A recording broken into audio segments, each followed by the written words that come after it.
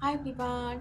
If you think urban sketching is hard or you feel like you need amazing drawing skills or expensive tools, this video is for you because I'm going to show you where urban sketching actually starts without stress, without perfection, and without overthinking. Look, most people who want to start urban sketching will nervous at first. They think, what if my lines are messy? What if it looks bad? What if I don't know perspective? Maybe I don't have talent. But here's the good news.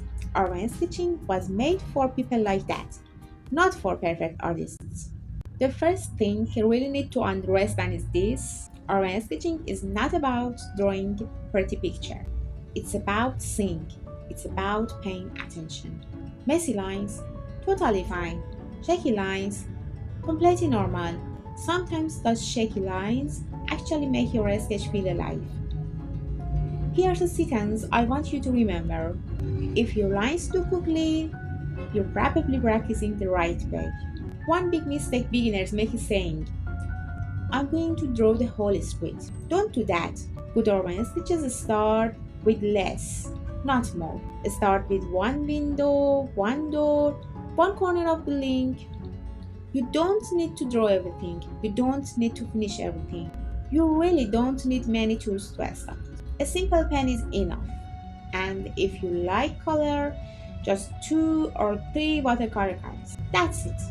Too many tools make your brain tired. Fewer tools help you see better. Some of the best online sketches are made with the simplest tools.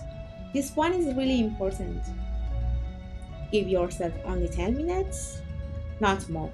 Even if you think this looks terrible, keep going. When 10 minutes are done, stop. This rule helps you worry less or think less, practice more. Urban sketching is about freedom, not perfection. Let me be very honest with you. A bad sketch is not a failure. Every bad sketch is one step closer to a good one. No one started good.